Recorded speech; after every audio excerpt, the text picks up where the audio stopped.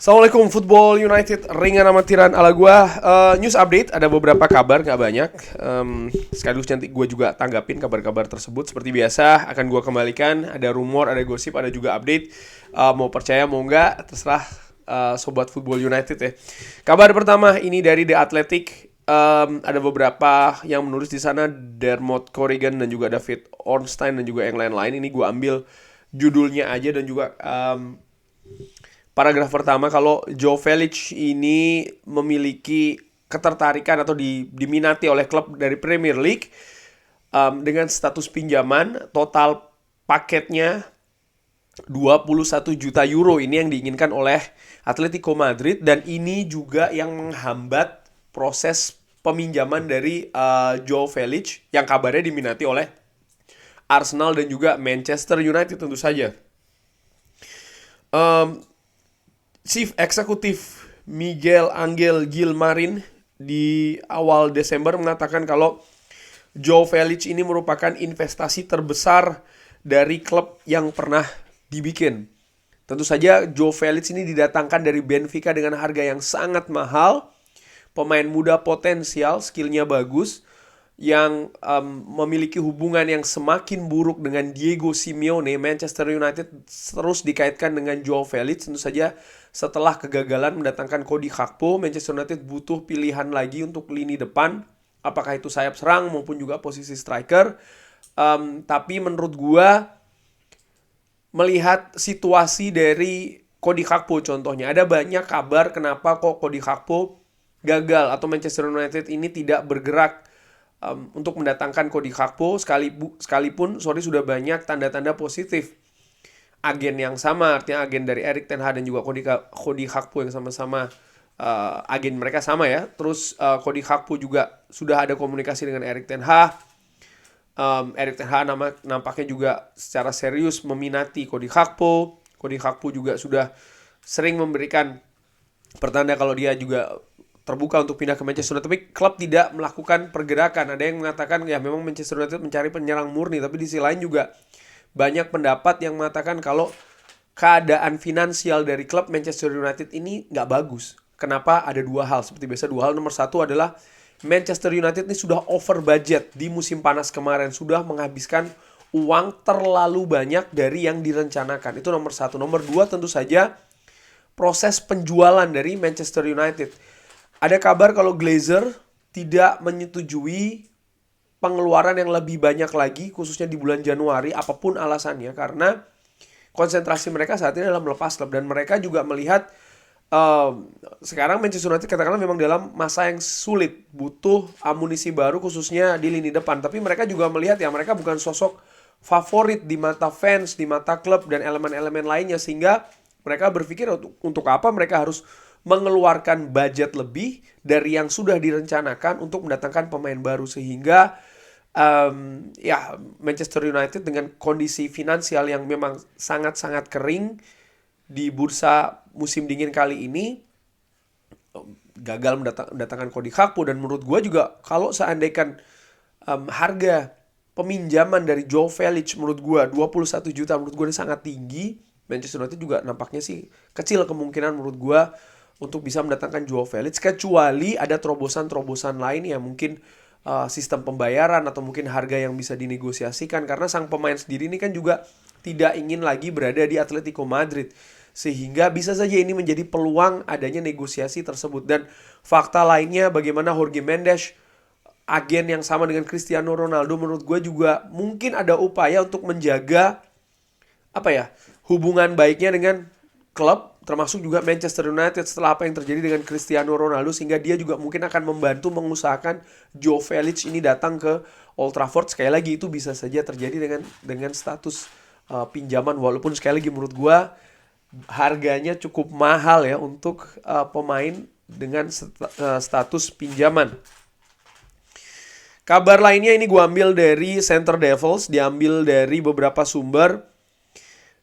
Kabar pertama adalah Manchester United dari Fabrizio Romano, dikatakan ini nampaknya akan memilih opsi yang paling murah atau opsi murah untuk mendatangkan pemain baru karena dana yang sedikit. Nah, itu tadi gue singgung.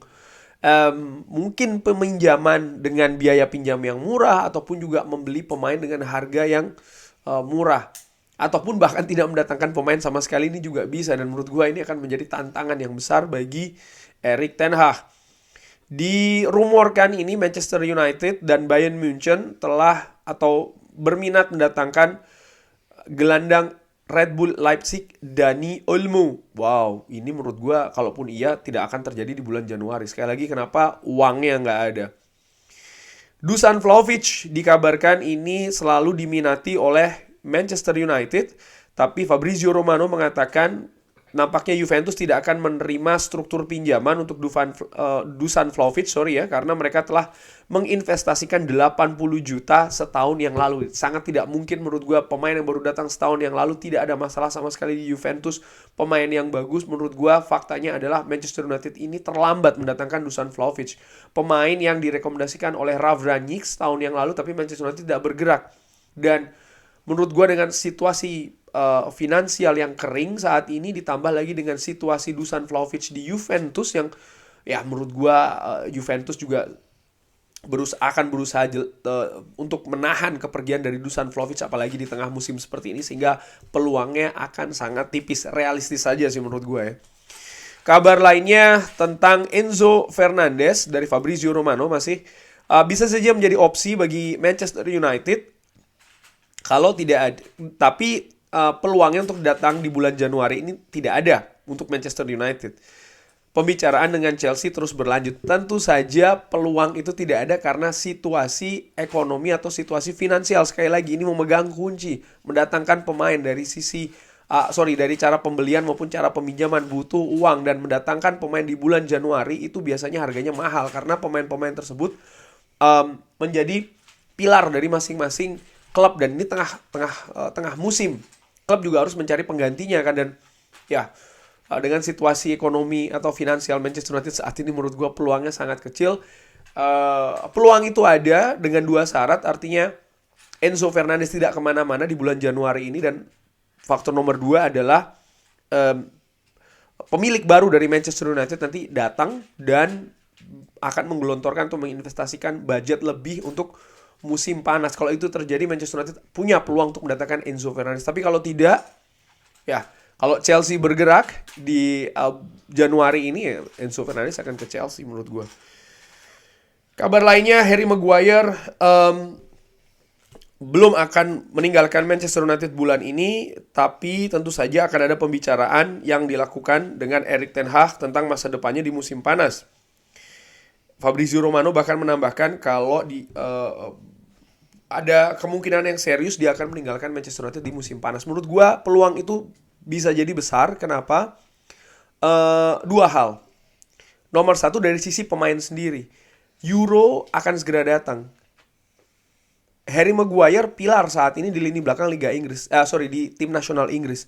Tapi kalau seandainya menit bermainnya semakin sedikit, tentu saja ini bisa mengancam peluang Harry Maguire untuk tampil bersama dengan tim nasional Inggris. Itu nomor satu. Dan dia juga butuh menit bermain yang banyak menurut gue. Secara pribadi pasti dia berharap demikian ya, karena statusnya dia sebagai punggawa Liga Inggris, tim nasional Inggris itu tadi, pasti dia juga ingin bermain lebih. Dan fakta sekarang di Manchester United ada banyak pilihan, dan dia bukan pilihan pertama. Menurut gue bisa saja ini jadikan pertimbangan untuk cabut dari Manchester United. Dan nomor dua, peluang yang faktor menurut gue yang tidak kalah pentingnya adalah Manchester United ini mendatangkan Harry Maguire dengan harga investasi yang sangat tinggi, 80 juta dari Leicester. Walaupun sekarang kabarnya ada di angka 40 atau 50 juta valuasi dari Transfermarkt. Tapi menurut gue diskonnya cukup besar nih, 50%. Klub dalam tanda kutip ada kerugian di sana dalam tanda kutip. Nah, kalau seandainya nanti ada investor atau pemilik baru Manchester United datang yang mungkin memutuskan oke, nggak masalah rugi atau nilai penjualannya turun dari 80 juta ya, karena mungkin dia punya dana yang lebih besar lagi, itu bisa saja terjadi sehingga Harry Maguire besar kemungkinan ya, atau kemungkinan itu ada untuk meninggalkan Manchester United di musim panas tahun depan. Kabar selanjutnya, Jadon Sancho sudah kembali latihan di Carrington, dan ini sempat tertangkap kamera, ada gambarnya. Cuman dia masih latihan terpisah. Menurut gue biarkanlah dia latihan terpisah, biarkanlah dia fokus. jangan terburu-buru, biarkanlah dia memperbaiki sehingga ya dia bisa kembali ke performa terbaiknya secara mental dan juga secara fisik. Kabar terakhir, ini rumor menurut gua, Frenkie de Jong dikaitkan lagi dengan Manchester United. Dikabarkan kalau dia telah berubah pikirannya dan ingin bergabung dengan Manchester United di musim panas tahun depan. Menurut gua sekali lagi ini masih rumor karena situasinya jelas ya bagi Frenkie de Jong. Dia ingin atau masih, kabar terakhir adalah dia masih ingin tinggal di Barcelona, ingin bermain di Barcelona. Ada dua faktor. Faktor nomor satu adalah ya kalau rencana atau keinginan dari Frenkie de Jong untuk mendapatkan posisi favoritnya dia di Barcelona ini tidak terpenuhi, atau bahkan kalau seandainya dia ada konflik dengan Xavi, ini mungkin akan merubah situasi dia di Barcelona. Nomor satu itu. Nomor dua, kondisi finansial dari Manchester United.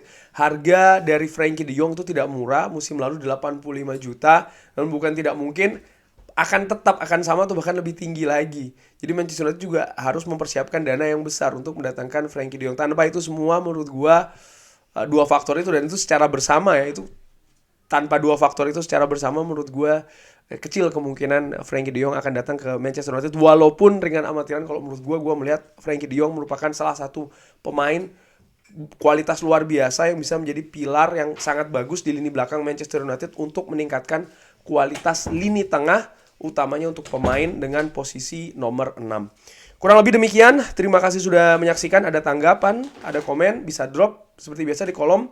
Jangan lupa like, subscribe. Wassalamualaikum warahmatullahi wabarakatuh.